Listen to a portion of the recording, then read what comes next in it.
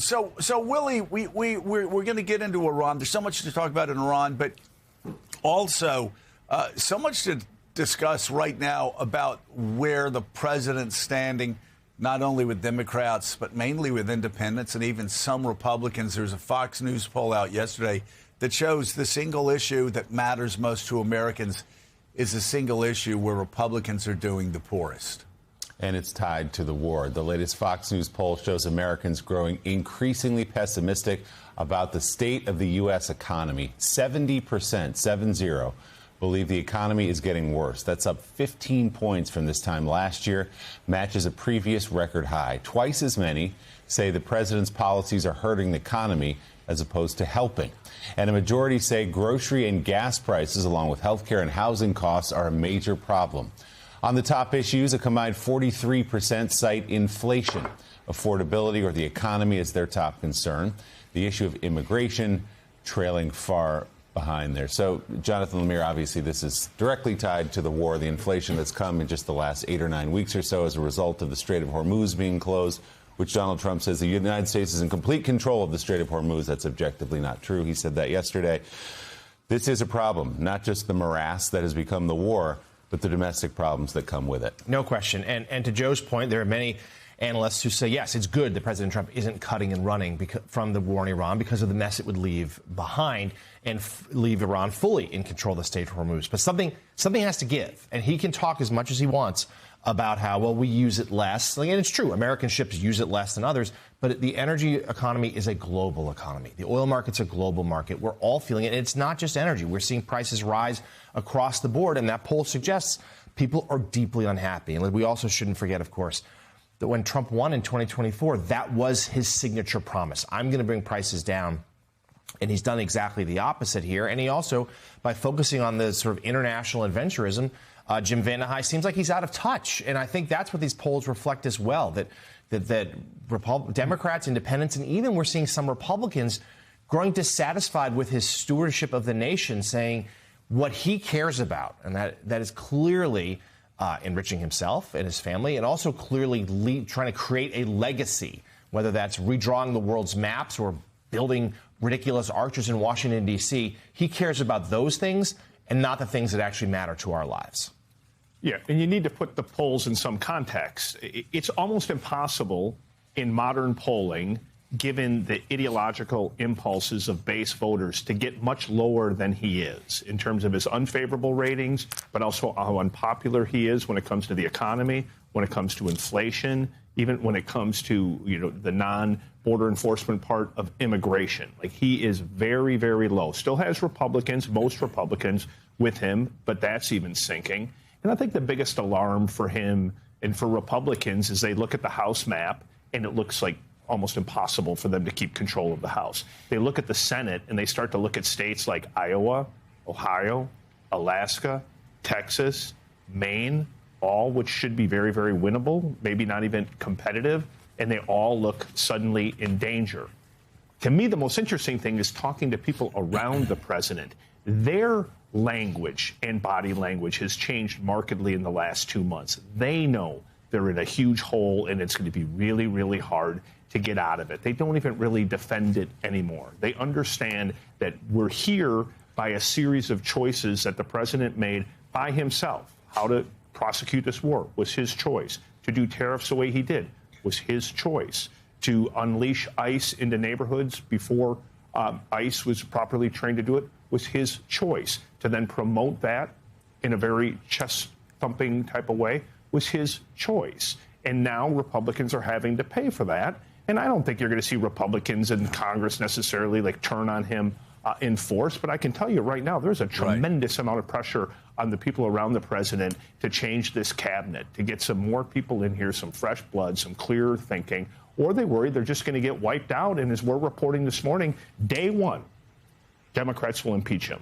I don't think he cares that much. He's been impeached before. He'll survive it in the Senate. But that's the fate. And he can ignore the subpoenas. Oh, his friends and family can't. All those companies can't. He's coming for a political hell, and that's going to be tough. Well, it's going to be difficult on one side of it. On the other side of it, Donald Trump even told me after he got elected, that he understands that it was all the trials, it was the perceived political persecution that got him elected president. He said, if they'd only charged me with one crime, I'd be in big trouble right now. But they came after me time and time again. And I wonder, Jim, if there's not a part of him that's thinking, okay, I'll be much better fighting against a Democratic Congress where they're trying to impeach me and they'll never succeed. I'll win there, too, and my numbers will go up. So I'm just wondering, because at this point, it would seem that Donald Trump in the past would have backed down and would have figured out a way to go into Iran for 2 weeks and come out. Now, the further we get into this war, and I will say strategically, there are a lot of our allies in the region, the UAE, the Saudis, others, that are glad he's staying in there and not cutting and running, because that would even be a bigger long-term disaster. But I'm just curious, does it seem to you that he actually is focused more on his legacy of being the one president that can do what 7 other presidents have not been able to do with Iran since 1979? And if he loses the midterms, okay, they're going to impeach him again once, twice, 3 times, and he's going to win all of those, and his numbers are going to go up. I just don't think that's how he thinks. I've seen no evidence whatsoever that he spends time thinking about his legacy or even thinking about 1 or 2 weeks from now. He's very reactive to what's sitting in front of him and where he can use the powers of the presidency to do what he wants to do on his term, or just pick up the phone and try to shape public debate, public discussion, usually around him. You're definitely right that he's probably in a better political position when he's fighting Democrats who are coming at him from 1,000 directions. I would say that strategy works better when the economy is strong and when people feel like prices are coming down, unemployment is low, that their prospects of getting better pay and a better job are higher. I think that is the big problem. Jonathan Lemire talked about it earlier. Remember, the central promise of this presidency is I'm going to focus on the working class, I'm going to tame inflation, and we're not going to go into foreign wars. None of those have happened. That's not a political statement. That's an empirical statement. Go down that list. It's absolutely true. And that's why he's in the political jam that he's in. And now his political jam is a Republican political jam. And I think it's going to be really hard to extricate yourself. Even if you get out of this war, the second order consequences of what's happened in the Gulf and what's happened in that region, that's years. That's going to affect oil prices for years. It's going to affect Middle East infrastructure building for years. It's going to affect our own economy for years. The New York Times had some wonderful reporting by Jonathan Swan this morning just about how much munitions we've blown through in the Middle East, and we've blown through so much of the munitions that government officials think it might be impossible for us to defend Taiwan. Jim, can I ask you this question? Jim, can I ask you a question on this? How do we spend trillions and trillions and trillions of dollars on defense through the years? How do we spend more money than on defense than maybe the next 14, 15 countries on the planet? How do we do that and then run out of munitions when we fight a 1-month war, when we give munitions? We heard a lot of this when we were giving munitions to Ukraine last year and the year. Oh, we're running short on munitions. Really? Hey, we're building this advanced weaponry that's costing hundreds of billions of dollars, and we can't even fight a war against Iran for a month or so without getting reports that we're running out of munitions. How does that happen? The way it happens is one of the most important stories in the world today, which is because of technology, you can build a drone at $25,000 to $75,000 a pop, and then it allows the Ukrainians to fight Russia to a draw so far, and it allows Iran to be able to go to war with America and wreak havoc not just on our missiles but also on our allies. And they're spending $25 to $75K a pop. We're often shooting at these drones or having to defend ourselves with things that take years and years and years to produce, missiles that cost millions and millions of dollars. It's called asymmetry. And that asymmetry that you're seeing in warfare is now going to unfold across business. It's going to geopolitics. You just don't necessarily necessarily need big size and might. And we have an amazing military. We have amazing weaponry. We have intelligence that would knock the socks off of the Chinese and any other company that could, or any other country that could look at it. It just changes the equation. And the Iranians aren't stupid. They stockpiled that. They watched the Ukrainians do this. And so like, hey, we'll stockpile a ton of these low-cost drones. We'll wreak havoc, and we'll try to use asymmetry to give us power so that the next time the U.S. or Israel thinks about striking us, they won't do it because they're going to see the hell that we can unleash in the Strait and therefore unleash on the world economy. Yeah, and this is so important to underline. We have, I saw an important Washington newsletter this morning, a recitation of all the remarkable military achievements we've done. Just unbelievable, extraordinary success. 1, 2, 3, 4, 5, 7.